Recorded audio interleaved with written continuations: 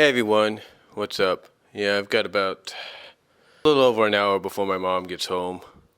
Hopefully I can get some of these audio videos, at least one or two up or done before she comes because we basically got to check on her thing on kp.org, even though she's already got it in the mail. So anyway, I want to talk about something. Again, I don't know if I talked about this yet. You know, lately I've talked a lot about DeviantArt, and I've talked about some of the writers there that have done just a tremendous job with some of the transformation, shape-shifting, SV stories, UB stories, whatever, melting stories, whatever you want to call them. But I want to talk about, the transformation stories for a moment.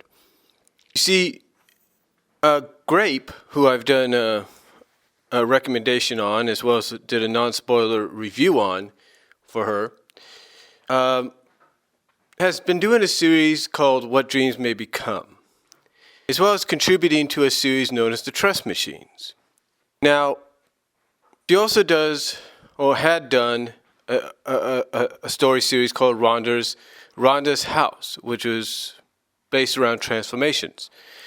Now, the one thing I have noticed in a lot of these stories that she has done, and some other writers, I should say, have done the same thing, is basically she lets the individual who gets transformed shape-shift into another form. She allows the individual to get influenced by that form's instincts. Now, one could understand that if somebody in a story got turned into a plant or an animal, that the instincts, like with an animal or mammal, the instincts to mate or to hunt or whatever are definitely going to come into play. There's no doubt about that. And the same with a plant. The instincts to grow and be watered and to be fuller and become a bigger plant come into play. And that's good. That really is. But then you also have another transformation that obviously happens a lot in stories, and that's the inanimate object transformation. Now, sometimes when in stories a character gets turned into an inanimate object, let's say if it's a one-shot deal and they have the powers to turn into anything they want to, even for one shot, even if it's a one-shot story deal, that sometimes they use this new power to spy on individuals, or they use this new power to, hide, kind of become indescribable, or not indescribable, but indistinguishable from anybody around. So, we know that's been done. But the one thing that Grape and a few other writers have done, and I've noticed mostly with Grape stories, is the fact that when she turns her characters into inanimate objects, no matter what they could be, that she allows the instincts of being that object to influence their mind. Yeah. No matter what the story will be, even if it's a one-shot deal or whatever, she allows the instincts of the person being in that form, she allows the instincts of that object to influence the person in that form. I've noticed this a lot with What Dreams May Become. There's one chapter, I think it's the third chapter or something, where, the boyfriend, husband, love interest of Chorus, Roman, at the beginning of that, gets turns himself into a dress, or something like that. And Cora, the girlfriend, wife of Roman's in the story, the other main character and love interest, she's putting her hands on the dress and everything that he's become, and when she stops, he's like, oh, why did you stop? He's asking, why did you stop? Why did you stop? And she's telling him, well, I can't wear you forever. And then he reforms back and he says, why not? It's the best I've ever felt.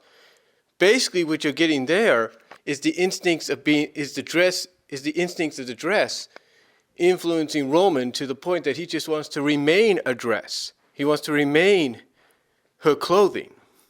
There's even there's even another chapter. In fact, it's one of the more interactive chapters that we, the fans, got to take part in, which was chapter 5 and 6.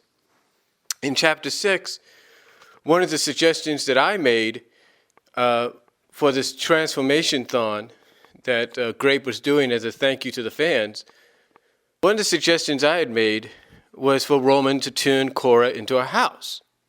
So, and the reason for this was because from the story standpoint, Cora was going to college the next day, so basically Roman, as a sort of a, good luck gift or sort of a gift to her for going to college, decided to give her a day of transformations of whatever she wanted to become.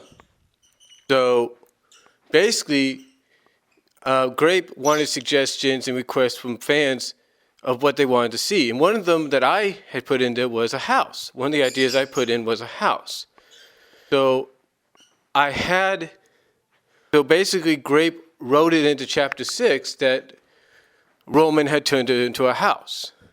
Now, getting back to what I'm saying about being in this inanimate form, being influential on the person's mind as well, Cora, basically, from the perspective of Cora, from Cora's point of view, she felt peaceful as a house.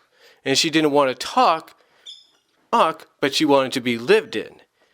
And when she asked Roman in the story, hey, can you live in me? And Roman basically says, no, I can't. I know I can't because I can't leave.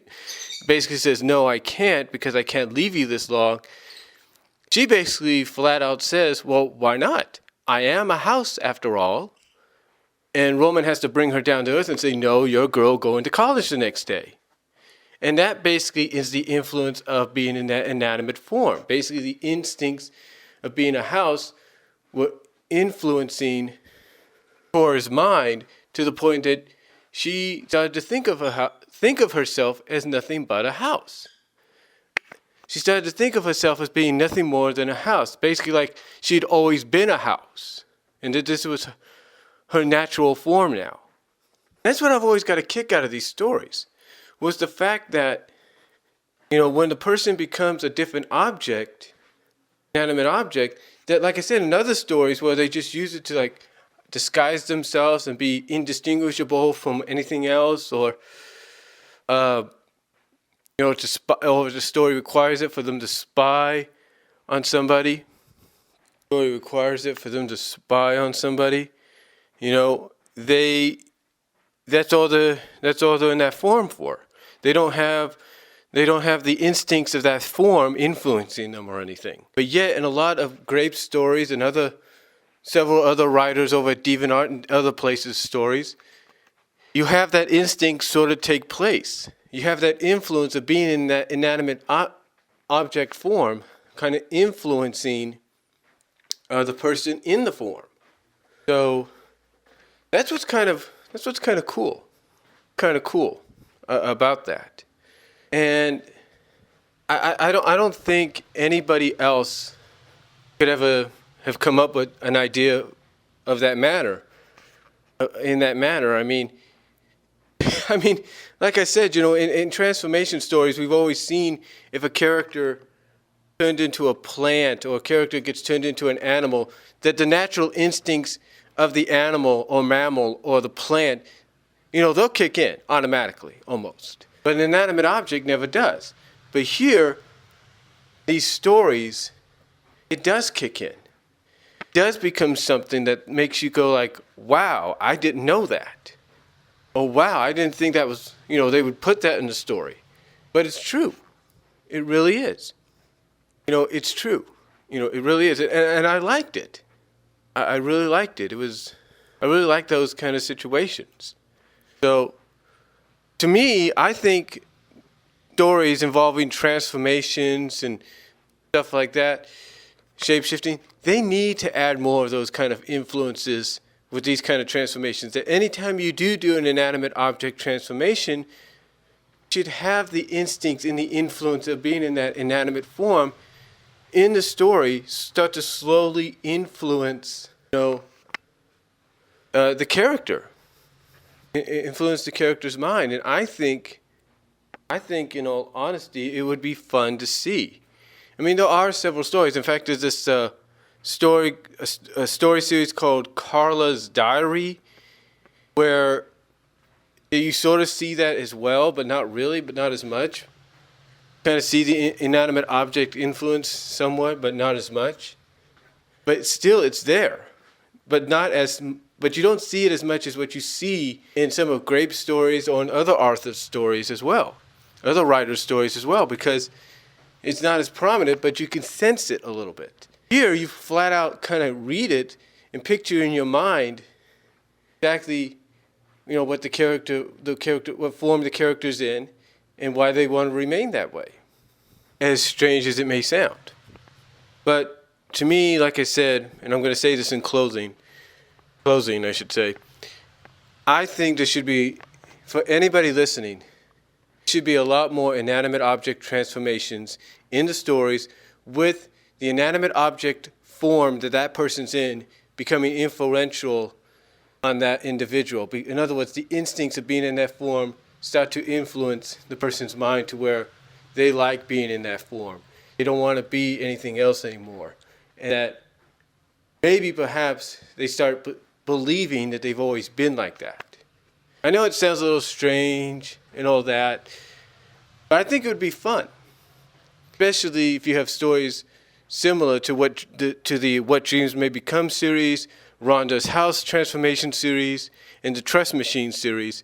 I think it would be really, really fun to see. So that's all I'm going to say on this, and let me know what you guys think down below, and I'll talk to you all later.